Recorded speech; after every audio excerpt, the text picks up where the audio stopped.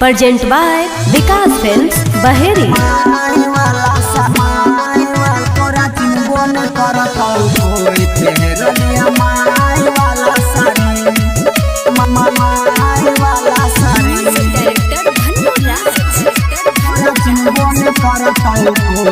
मिलल चल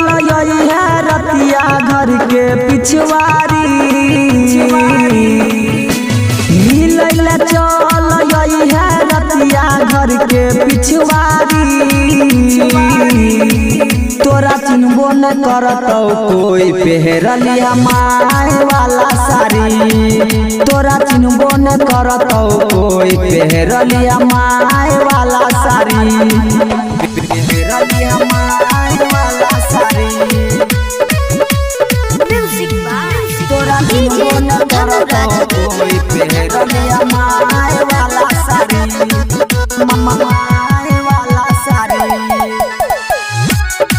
माय वाला साड़ी बोलली है पायल गे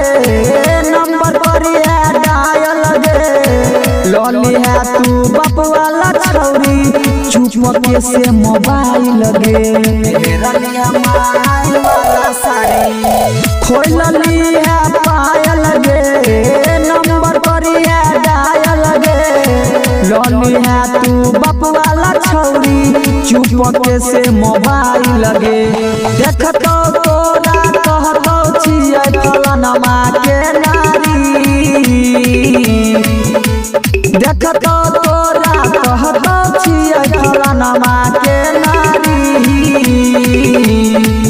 तोरा चिन्हबो न करतौ कोई पहरलिया माय वाला साड़ी तोरा चिन्हबो न करतौ कोई पहनलिया माय वाला साड़ी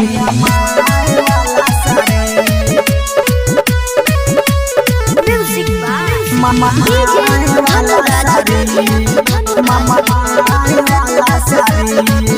तोरा चिन्हबो न करतौ कोई पहरलिया माय वाला sari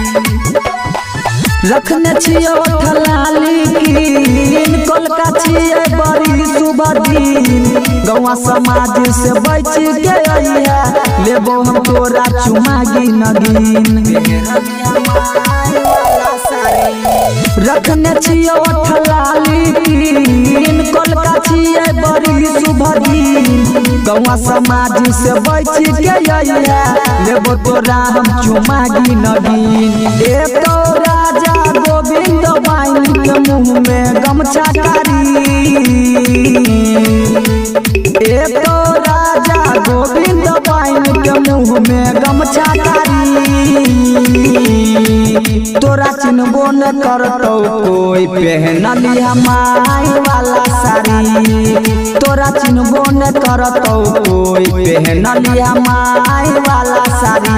Present by Vikas Films, Baheri.